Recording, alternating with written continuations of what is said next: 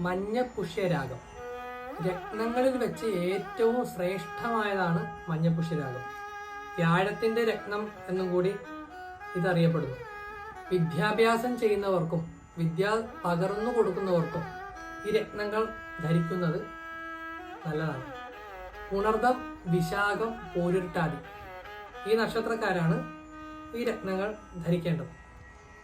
ഇന്ദ്രനീലം, ശനിയുടെ രത്നമായ ഇന്ദ്രനീലം ശനിദോഷങ്ങളൊക്കെ മാറിക്കിട്ടാനും ശനിപരമായിട്ടുള്ള പ്രശ്നങ്ങളൊക്കെ തീർന്നു കിട്ടാനും ഉത്തമമാണ്.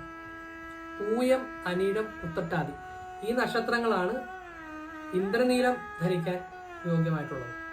ഗോമേതകം, രാഹുവിന്റെ രത്നമായ ഗോമേതകത്തിന്റെ ഏറ്റവും വലിയ സവിശേഷത തന്നെ അവയുടെ വർണ്ണ വൈവിധ്യങ്ങളാണ്. വെളുപ്പ്, കറുപ്പ്, ചുമപ്പ്, ബ്രൗൺ, ചാരനിറം എന്നീ വർണ്ണങ്ങളിൽ ഈ രത്നം കാണപ്പെടുന്നുണ്ട്.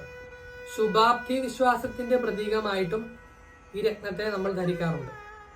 തിരുവാതിര, ചോതി, ചതയം എന്നീ നക്ഷത്രക്കാരാണ് ഈ രത്നങ്ങൾ ധരിക്കേണ്ടത്.